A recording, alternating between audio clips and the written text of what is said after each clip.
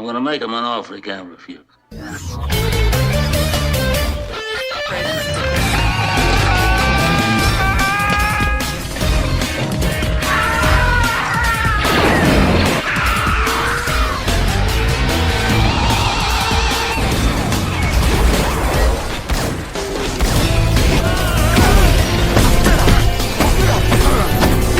not even supposed to be here today! Oh, fuck you!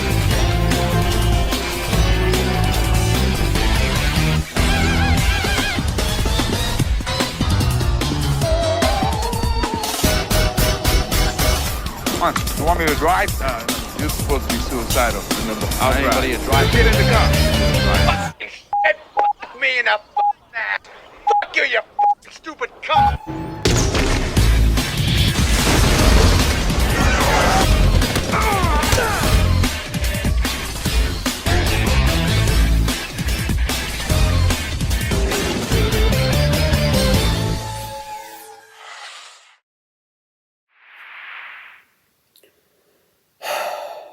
Okay. Look. If you did like this movie, I'm happy for you. However, I just personally did not. And while there were some great things in the movie, I'm not going to give this movie a pass just for those. Alright? And just because some YouTubers I like the movie too. I may have loved Deadpool Wolverine, but I didn't like this. Doesn't mean I'm gonna like every other thing that comes out. So yeah, people are gonna be mad at me that it's a rant on something again after I just did an epic rant on Borderlands. But I don't care about the reactions. Alright?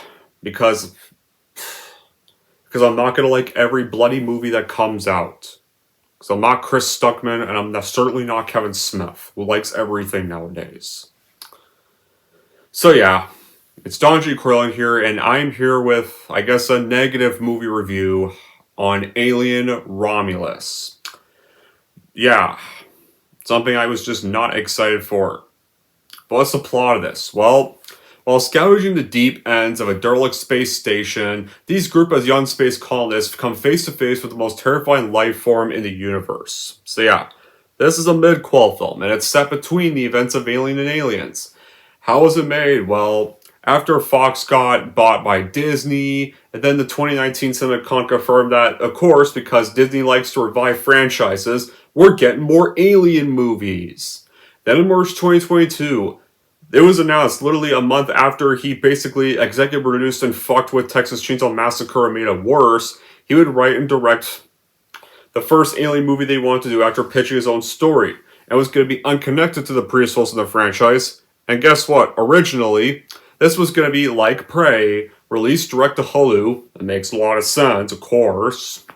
But of course, yeah, it would be a mid-quel film, and the visual effects from like the engine, they returned from this alien ore in 2019. They even draw inspiration from the video game Alien Isolation, which I would rather that got a movie adaptation instead. Would have rather saw a movie of that if we were going to have another Alien film. And so yeah. So after this film was advertised, shot, and marketed, 20th Century Studios released this on August 16, 2024, around the very final day of my vacation into the United States, and it's been the first Alien movie to receive overwhelmingly positive reviews since Aliens. Believe it or not. Now, as for my reaction, well, yeah. You remember when this got a trailer rant because, face it, many reasons. One, I was not excited for the movie. When I saw the trailers, it looked like a lazy generic teen popcorn horror film in the Alien franchise.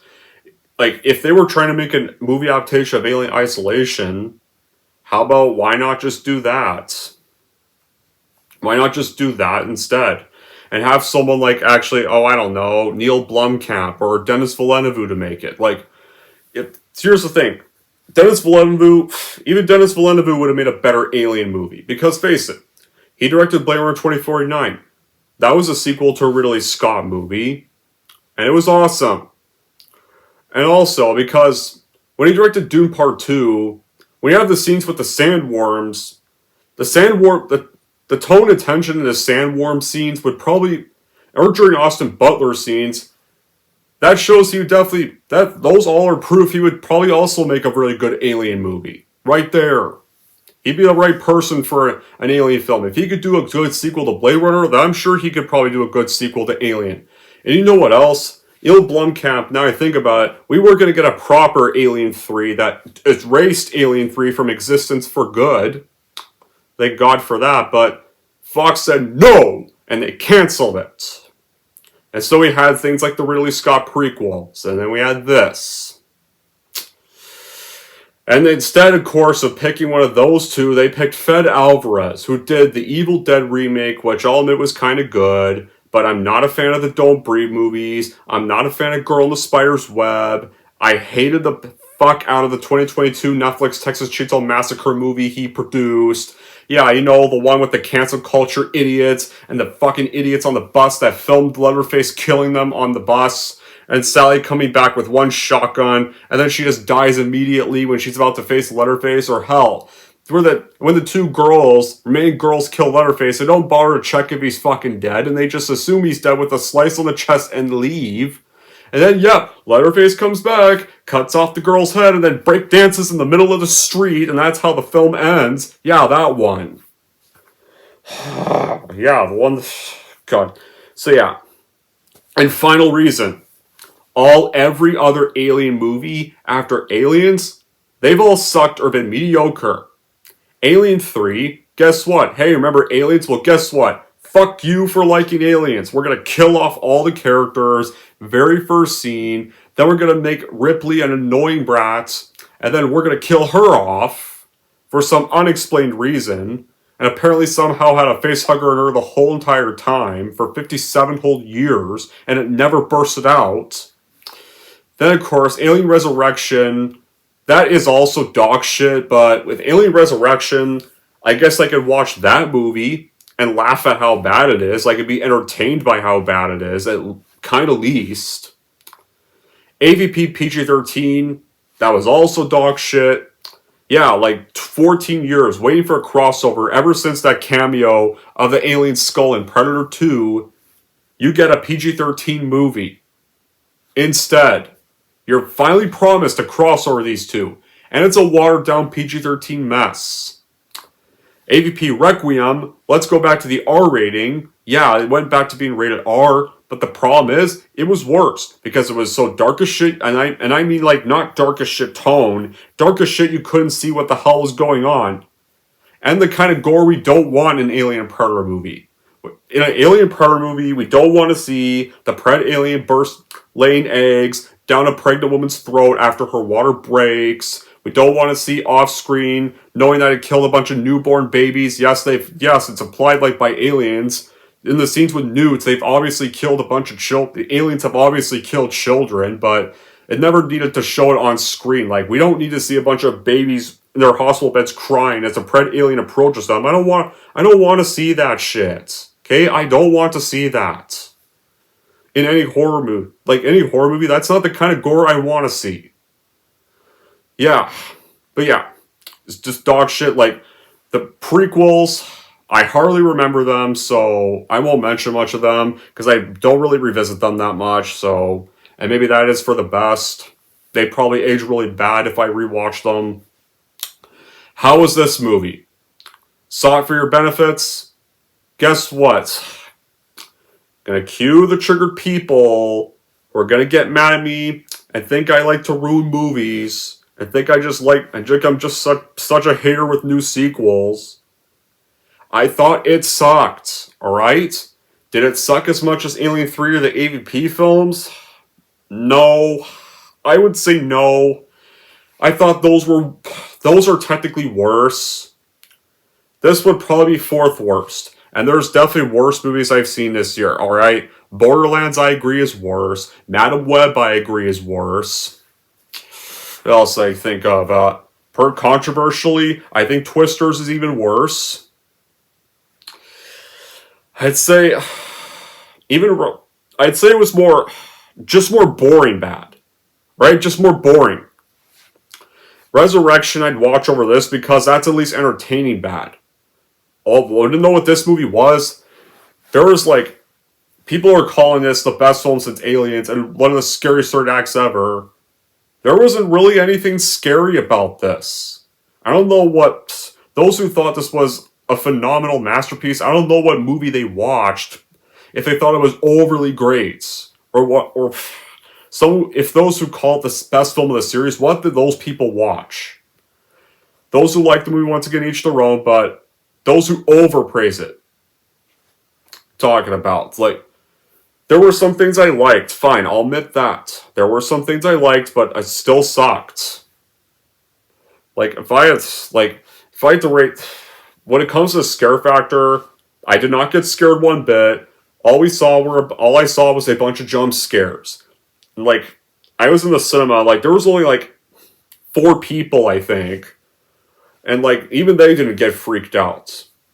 The producers were trying to create this tense atmosphere, and to me it just did not work. Like, the xenomorphs and facehuggers, they lost all novelty and scariness they used to have in the first movies in the franchise. It's almost like as if the movie just didn't feel like it was even really about them for this one. And hey, guess what? You know that xenomorph from the first movie? Yeah, guess what? Right. Where is it? Okay. Alright. Now, the xenomorph from this. Yeah, you want to know what happened? It survived when it got launched, when it got, like, fried by rocket engines and hurled to the vacuum of space by Ripley at the end of the first film. Apparently in space, it was able to build a cocoon and sleep in it without any surface until it got snagged by the corporation from the movies. What? Build a cocoon out of what? What? Did it have stuff? Did it shit cocoon stuff out of its ass or something? Did it have a bunch of shit still? Did it need to take a shit so bad it shot out a cocoon or something? And then just latched itself inside of it and somehow... Or was it just able to hang on a planet? Or something like that? It got launched into outer space. Where there's no surface levels to build a cocoon. At all. There's none of that. So yeah, pretty much... Yeah, that's how the film starts, pretty much. We open in space. The wreckage of the Nostromo from the first movie, because we need stuff from the first movie in here, because we're taking things from the other movies. That's why I want to mention, guys. You know, they copy a lot of shit from the other films. They copy shit from this movie. They copy shit from this movie. Hell, they even copy shit from the bad films. They copy one of the deaths from Alien vs. Predator. They copied stuff from Prometheus.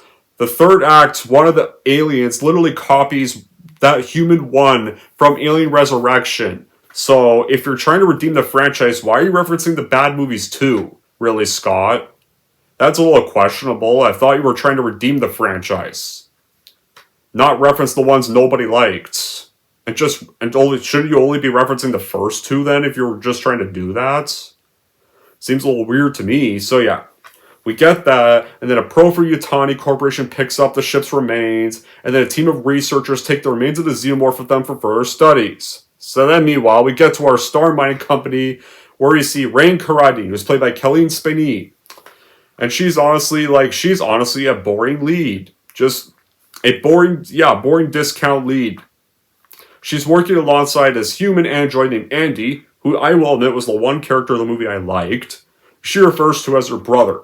Rain tries to get out for his mining contract, but guess what? Apparently for some weird reason, we extended it to 6 years. We're now 24,000 hours, so you can come back and fight to 6 hours. Yeah. So then Rain sees some kids beating up Andy, and then pretty much now she has to fix them up. And then Rain receives this video message from her ex-boyfriend named Tyler, who's played by Archie Rayhawks, and they bring Andy for a secret mission. Pretty much. They go to Tyler's base, and they join our other lame lead characters. We have our sister Kay. We have Tyler's sister Kay, their cousin Bjorn, his girlfriend, the cruise pilot Navarro, and they plan to sneak into a Yutani ship to steal pods, crystallis pods that would safely take them to the planet Yavaga, and that would take 9 years to travel to. And they need Andy since he can access the ship's terminal because he was made by Yutani. But Rain's not on board with the idea because they know they'll get in trouble, and also wanted to use Andy for something dangerous, but Tyler wants her to join them anyway. So this is our introduction to characters, and to set up the things, they're going to be so stupid to break into a Yutani ship and steal pods to get themselves home. Yeah, these are good characters. They're willing to basically steal shit. They're basically willing to do illegal stuff and steal shit. Yeah, especially like from the same especially from the organization that literally made a bunch of xenomorphs. Like, just, yeah, it sets up our plot of the film. The pace is just messy. The exposition, like, takes over 30 minutes, and for all the time, there's no tension or build-up like this movie had. The reason why this movie works so well, this was a straight-up horror movie, and it had good tension, it had good writing, it had good direction, it had good characters, and the runtime was well-paced here. And the alien stayed in the shadows. We didn't know much about it. Right there. Like, only the time it takes to get from point A to point B takes like a very while. And from that point on, it's just action sequences after action sequences. And no break until the third act. Like, yeah, this film had action sequences, and you got a break from the action sequences for a little bit to at least develop the characters. And character development in this movie goes, like, this had character development in Ripley. This had character development in some of Ripley and the other characters. This had none. Except for, like, the android. The most interesting and the only character I enjoyed. Andy. Yeah, pretty much the standard of this film, and it's a low bar. The humans have, like, no instinct for preservation, and they want to save their friends in the most nonsensical ways possible. You think, like, if they were actually smart people, they'd fear getting dismembered, or being tortured, being captured by this organization, or being impacted, or being, like, impregnated with the chest-bursting parasites. Nope. As if, like, they know they're in some action movie now, and they're going to be either saved at the last minute through this chain of events, but it's meant to be this way, so they just roll with it. And the other disappointing bit, there was nothing scary about this. I did not get scared at all, except for, like, some jump scares from the face huggers, and some of the xenomorphs. And that was it. It borrows way too much from the other movies, especially this movie, the first Alien movie, the most. It doesn't even keep most of the best parts of it, like the xenomorphs and facehuggers that get revealed in swarms early on. Like, this one he had one. This one he had a swarm of them. He had swarms of them in this, and they actually didn't show them right away. They didn't show them all right away, right there. Like this one, though, that just makes them lose their power's scariness when you keep seeing them every few seconds in a new action sequence. Like, how about, I don't know, how about take some time to develop the characters more, and then when you have any action sequences or the horror sequences, then show the aliens? I don't know. Sometimes, like, there's times when less is better. And these movies are proof. Like, yeah, like, we're aliens, like, aliens took on the xenomorphs in logical ways. They showed too much of them, but they did it in logical ways. And after you're waiting for more than, like, an hour, like, the untrained, tired, scared, inexperienced teenagers, they then kill all the aliens. And, like, and apparently, like, they're able to kill this smart hunting creature in less than, like, 30 minutes. And they're introduced to more species. And the last 15 minutes, like, yeah, they copy most of the last half from Alien Resurrection. Yep. And apparently some untrained, bored-as-hell teenager manages to kill this new Prometheus human butt-ass-naked xenomorph. So yeah, after our 6 not great leads get on the mining craft, the Corleone, they fly above the star, and they see the sun as close as they can. I'm surprised they didn't burn for the sun after seeing it so close to them. They then arrive at the station, and they get 2 sections, Romulus and Remus. Andy joins Tyler and Bajoran. They head to find the pods, and then Rain tries to take care of Kay after she vomits. Then Rain figures out she's pregnant by Apparently she got pregnant from an asshole. We don't know who the asshole is.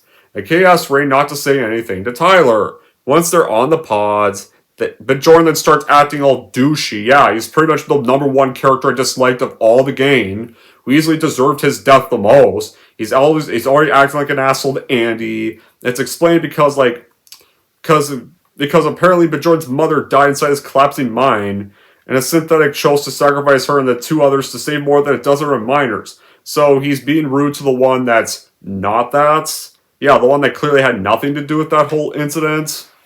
So they get to the pods, and apparently there's only 5 of them because Andy was never intended to go to Yevaka, and enough fuel for like 3 years in cryostasis. So this mission was pointless to begin with. That meant nothing. And then they get a jab at Andy, and then Andy stopped. They find a slab. And then Andy stops Bajordan from walking this huge hole, and they find the top half of another synthetic. And they go further, they enter a room, they get locked inside, the ship undergoes a lockdown, and then a whole wall full of frozen face huggers thaw out. So then Rain and Navarro, they try to go save the guys, and Kay's resting. They find the synthetic, and it jerks back to life. Then Ray removes the module and places the one Andy has. Tyler also does, and then Andy takes a moment to reboot. And the face huggers, they jump out of the water, and they nearly get on Bajordan's face. Rain's trying to get the door open, but Andy wakes back up, stops the face hugger from getting Tyler. Then they all flee the room, but the face huggers are still following them, because we need the face huggers in swarms now, instead of keeping them, limiting them, like the first movie and the second film did. So the door gets sealed, but Navarro gets a facehugger latched onto her. Yeah. I wouldn't say, no, the characters, maybe they're not as stupid as the ones in Covenant, but this movie also has characters making bad decision after bad decisions, and we're supposed to regard Rain as hero, but here we go, though. She doesn't even act too much like a hero. She just looks bored out of her mind. Right there. Main characters just stumble upon bad situations one after another, and it's filled with terrible tropes like the friendly jump scare, the 4-split teams, like you've seen in a lot of art horror movies, and even though this is supposed to be rated R, this movie barely has blood and gore at all. There's some gore scenes associated with the Alien franchise, but yeah, not like Requiem levels of gore. I mean normal, Tame Manor levels of gore. Right there. You could still tell they were still rated R films. Here, you could have just called this PG-13 if you took out the swear words. Because this is PG-13 levels of gore. You could have just did that. Stuff was even predictable. Because once again, we're following the same plot of the first movie. Or a lot of plots of the other movies as well. Just this time with forgettable characters. Even the characters who died in the first Alien movie were actually memorable. And even they got character developments. The only one that really has any development is Andy. But the movie doesn't want to be about him. It wants to be about the boring Rain character. You're just gonna... all this was just... The humans get hunted through dark spaces. By bug creatures. And synthetics are treacherous. Now, when it comes to, the set designs and the visuals, it's impressive. Until the facehuggers are getting loose, you don't notice any CGI. It actually does look well designed. The stuff was this was probably some of the most well-designed effects of the series. But the characters, though, when it comes to the other characters, the Asian girl, no personality. She's pretty much just there to get the face hugger and then die. There's this insufferable asshole who hates synthetics, behaves like an idiot, and talks all annoying and douchey. That's what's memorable of him. A pregnant girl who's just there to be pregnant, just there to set up the final half of the movie. And then she's turned to food. Or hey, Remember Alien? Yeah, like, once again, remember Aliens. Remember Alien. Aliens. Remember Alien. Yeah. Here's the thing, though. When there was time for some character before they become food, like, whatever, man. So yeah, after Navarro gets a facehugger, they try to remove the facehugger from Navarro. Andy reboots and becomes more focused, loyal to Wei Yu, and figures out how to help Navarro. The crew hooks up the dead synthetic, and they get him to come back to life. And he explains they're basically all doomed because they're about to come face to face with a xenomorph. Then, of course, you get our new other character, Rook, who is literally this awful fucking AI-ed Ian Holm. Because, yeah, they actually literally CGI'd Ian Holm's likeness and face to this character. I kid you not. God. Like, I'm not joking, guys. No, I'm not joking when I say that. Okay? I'm being serious. They actually do that in the movie. That's actually with this Rook character. Again, like, oh my god. And the war... Seriously, it does. Oh my god, just let Ian Holm rest in peace, please. It was terrible CGI, and apparently Fed Alvarez was proud of his decision. God. Is it? Wow. I mean, we start to wonder why some people really don't. Why some people aren't fans of your work. I start to wonder that. So yeah, Rook points out the corpse of the xenomorph, and the researchers of the Romulus are killed by it when they discover it's still alive, but then it gets shot dead by the acid blood wrecked, and what's left of that ship that Rook was on, you might as well just call this Ash. You know what, let's just call this character Ash because it's literally Ian Holm's likeness and face on him. So it's just a new version of Ash. Okay, because it literally looks like how Ash looked like at the end of the first film when he got defeated by Ripley. And then Ray decides they should freeze the facehugger's trail and get it off Navarro, and it works and she wakes up, but it makes it clear that she's still doomed because of what's going to come next, because we all know, when you get a facehugger, they burst out of ya. Then by joining Navarro, they start to make a rough around the Corleone. Navarro, though, of course, because this happens, she starts feeling unwell, and she uses an X-ray flashlight to see a chest burster is forming inside of her. And Kay can see that. Navarro collapses and foams in the mouth before the chest burster blows out and kills her in front of a horrified Kay. And then before she dies, Navarro's convulsions cause her to kick this lever, and it causes the Corleone to crash into Romulus's hangar bay, and it goes towards the Jackson Star's asteroid belt in less than an hour before impact, and somehow the ship does not blow up when it crashes into it. Yeah, just, Navarro's just there to kind of try to repeat the Kane scene from this movie. Like, when the Kane scene happened in this, when Kane got the facehugger, after it stopped attacking him, they were able to get it off, and after he was isolated for a few days, Kane was perfectly fine. He seemed perfectly fine. Then we were all bonding, having lunch. He was like, man, I can't wait to have some real food when I go back. But then, of course, the chest burster was starting to become born. And then immediately, like, this scene in the original was done better because, like, it was least expected. The cast reactions were real to it because they were not told that John Hurt was going to die in this scene. So pretty much, yeah, when they were eating the meal, the chest burster comes out and he starts thrashing around right there, and then, like, this chest starts to bleed and stuff, and it seems like he's dead for a little bit. Then he disturbingly twitches for a little bit, and then the chest burster bursts out. That was actually scary. That would work. That scene built up the tension. It took time to reveal the chest burster's reveal, the alien they were going to be facing right there. Like, that's actually a disturbing, scary moment. That was really done well. Here, like, it's just, you know what's going to happen. Like, they make it too obvious from the start. Like, they just make it look like it happens right away. It took some time for Kanan because they wanted to build up the tension from that. Then Ray and Tyler proceed to the hangar, and Rockton talks to Andy about the objectives of Wei Yu synthetics, and then Andy rejoins them. They try to increase the temperature of the station to make themselves less visible to the xenomorphs. Then they find the corpses of the Romulus crew.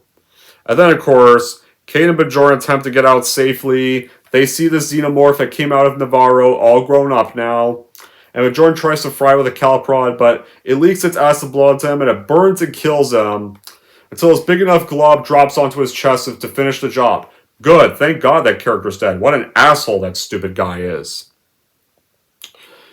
Easily, like, yeah. One character just met his demise too early. This character just had more to offer. Like, the character, like, Kay's just there. She seems like she could have had a big part to play, but it's clear she's just set up for the third act of the film. And that's it, or the finale. And he even gets her Prometheus-sized plot holes. Like, apparently, like, Weyland-Yutani would apparently have this massive decommissioned space station adrift to please that, like, let alone with the alien experiments on it. And then Weyland's whole story throughout the series is to capture, contain, and bring back to Earth the alien species to create weapons, to leave it all floating around in space.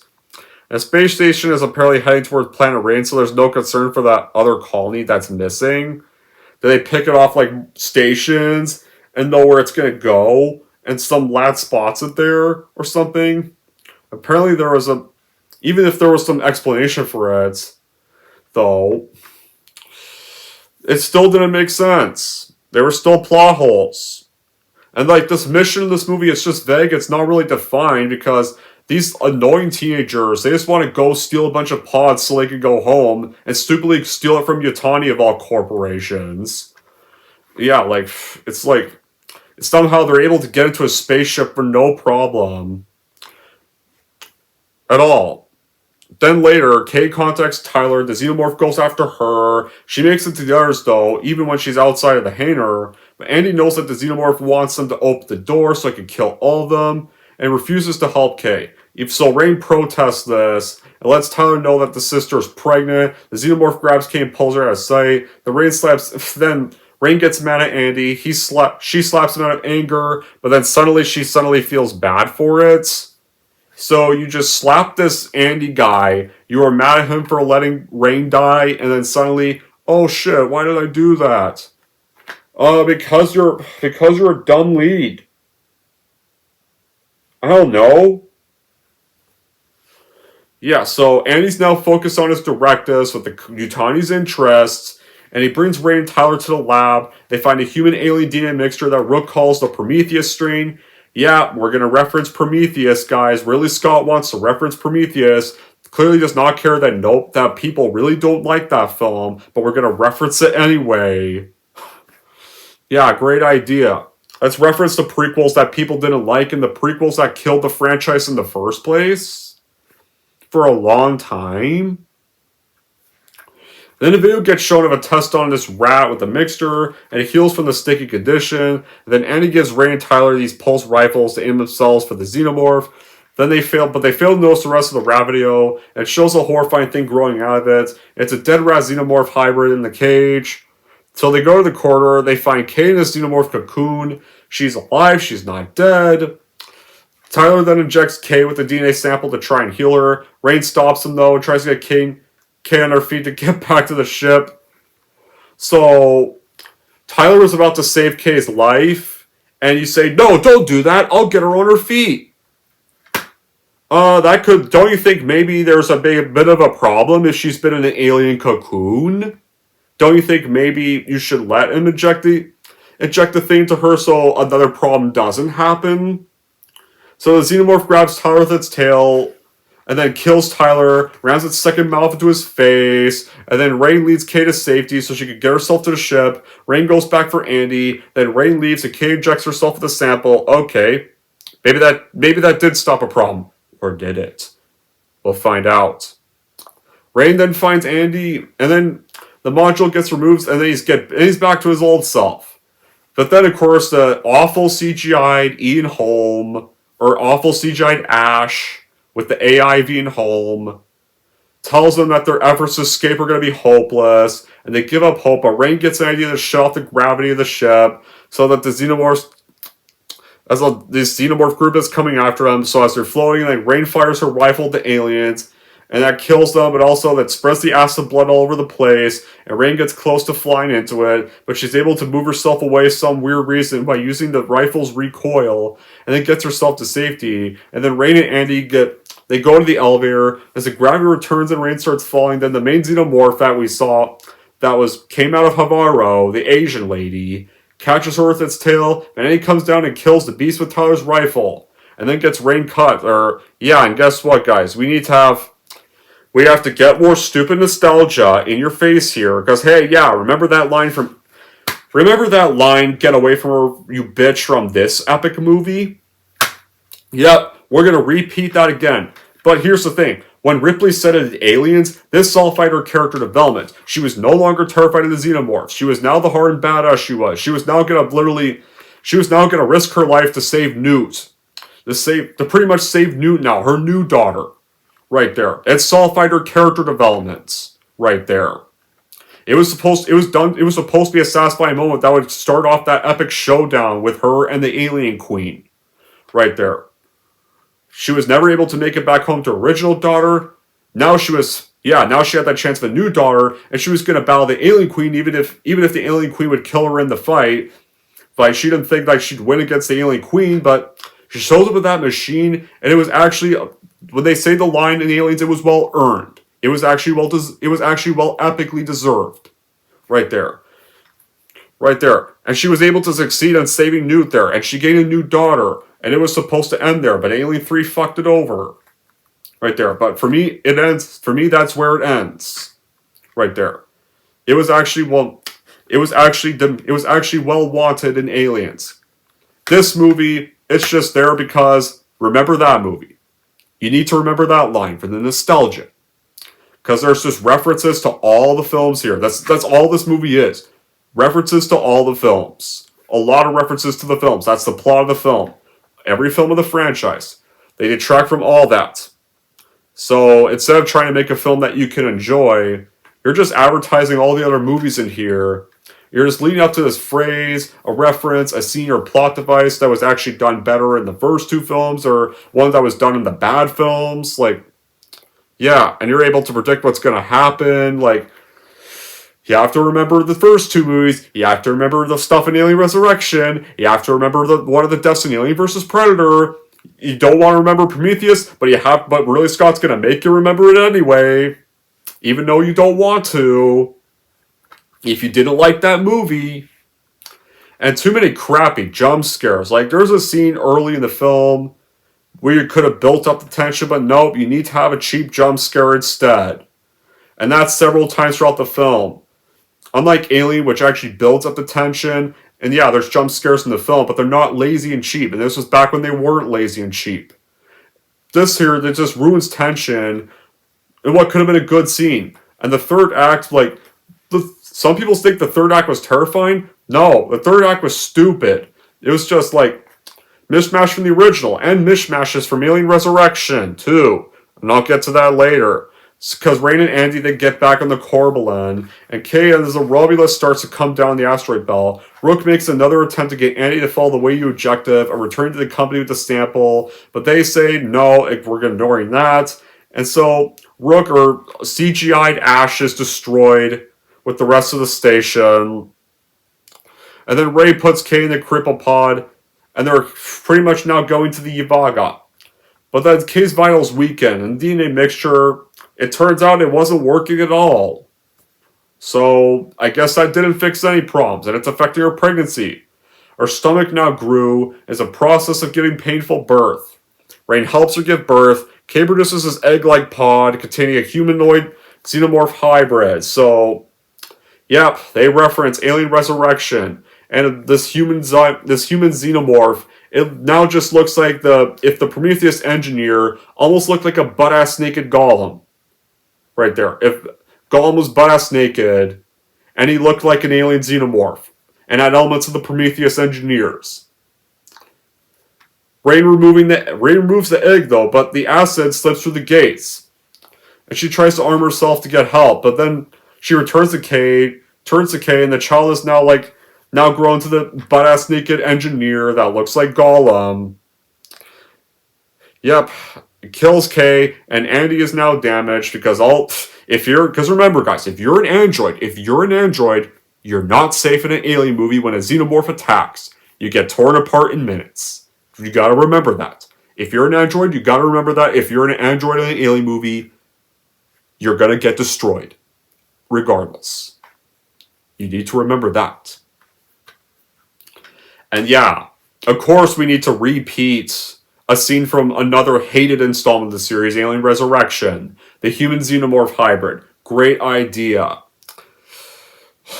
Because that's the thing though, just all this is recycling elements. Bringing Ian Holm back in AI CGI was stupid and pathetic. Like here, and I don't know why Fed Alvarez was so happy with this decision and defended it. Like it was just lazy, it's disrespectful, it really just disrespectful to Ian Holm's grave. Seriously, you can't just let the poor guy rest in peace. The humanoid Prometheus is literally incompetent, it was not scary at all. Pretty much,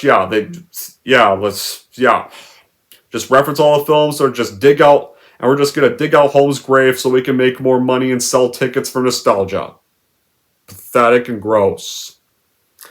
So our finale goes like this, where we're copying most of Resurrection in the first movie. Ray's putting on a spacesuit, the temperature in the ship drops drastically, he tries to separate the cargo pod from the ship, the offspring birth causes it to fall towards the belt, Ray pulls the levers to drop the pod, and the offspring attacks her and tries to kill her, the two then fall out, they're on to dear life, then Ray uses her harness to pull the last lever, and sends a cargo pod and the monstrosity to the belt to become space dust.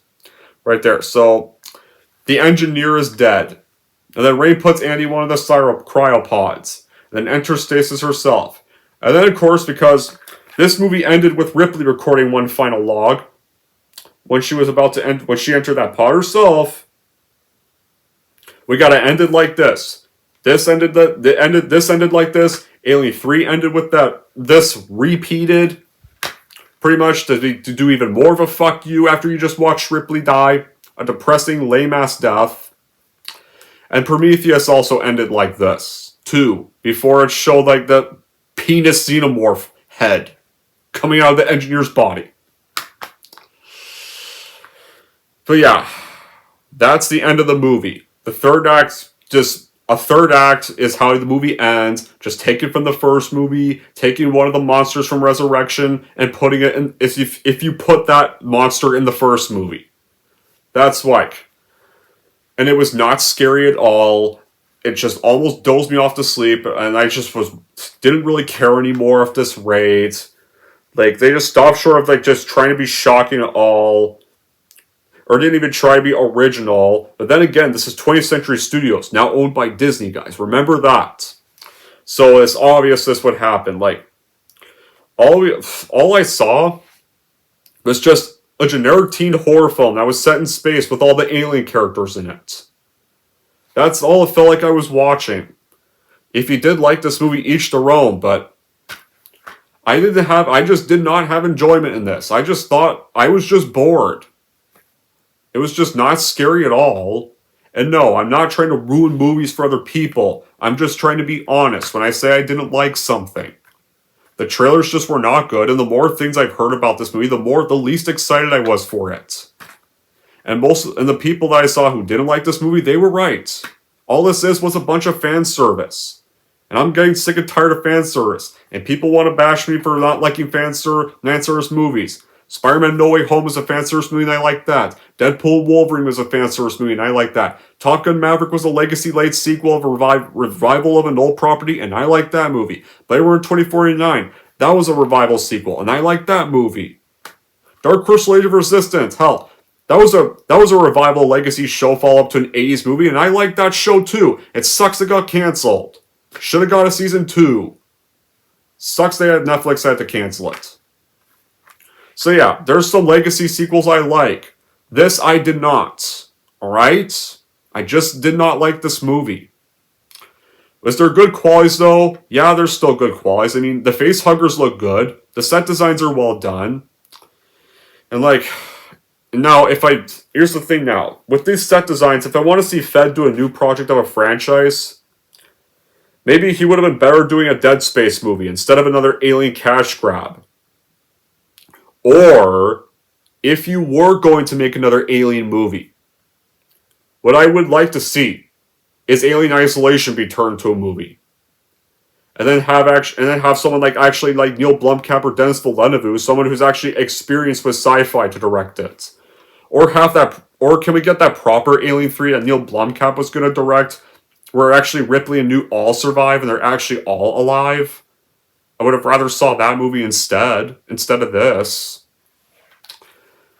So yeah, the set designs were good. The designs of the aliens were good. Andy, I can agree with people. Andy was the one character I liked. I would have rather he was the lead character instead of this lazy, bored as hell Rain character. That was not even interesting to watch at all. And the zero gravity scene was also cool. The zero gravity scene was awesome. Other than those, Alien Romulus, all this movie is a bunch of nostalgic compilation moments from the Alien movies. And after this movie, don't make another Alien movie. Please, don't make any more films of this franchise. No crossover with Prey. Like, no crossover film with Prey, please. No Prey 2. No Alien 0.5. That probably sets up the prison characters I don't ever want to see again. Don't do another Alien movie. Please. Just leave this franchise the fuck alone. Do something original instead. Leave Alien Predator alone. They can't do another good movie again. And I'm sorry to those who liked this movie and liked Prey. I don't like either of those films, okay? I don't like Prey, and I didn't like this movie either. Right? Although Prey is slightly better than this. Now, so pretty much in short, if you have seen this movie, you've already seen these two. And they're both better movies, people. Trust me. Way better movies. Just go watch those instead. It's literally all of this. And elements of Alien Resurrection. And honestly, I'd rather watch Resurrection over this because I could be entertained with how bad it is.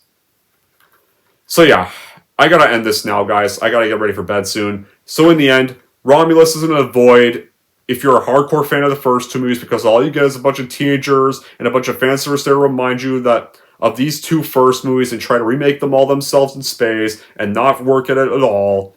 Anyways, guys, that's it for my negative review on Alien Romulus. If you're wondering how to rank Alien Romulus, here's how I'm going to rank this movie. So overall, if you love the first two movies, you should just go watch those instead of this, because it's literally those two movies combined. Or hell, just go play the Alien Isolation video game if you want a better midquel than this. If you're wondering how I'm going to rank Alien Romulus, I'm going to give Alien Romulus a 4 out of 10. There we go, guys. That wraps up my review for Alien Romulus. Now, I want to know in the comments down below whether you liked the movie or whether you also hated it. But if you're going to say you like the movie, please do be nice about it. Please be nice when you say you like the movie. Or if you just disagree with me, just say a simple disagree. I like this movie, but I'm fine if you didn't. Okay? If it's something always... So yeah, just be nice about your opinions, guys. I'm happy. If you like this movie, I'm happy for you. I'm glad you like the movie. I'm not going to bash you for liking it. I just thought this movie was crap. That's just my opinion. Until then, guys, that'll be it for this review. I gotta go to bed now because I gotta get ready for work tomorrow. Thank you all for watching. If you like this, want to see more, don't forget to like, subscribe to Don G. Corleone.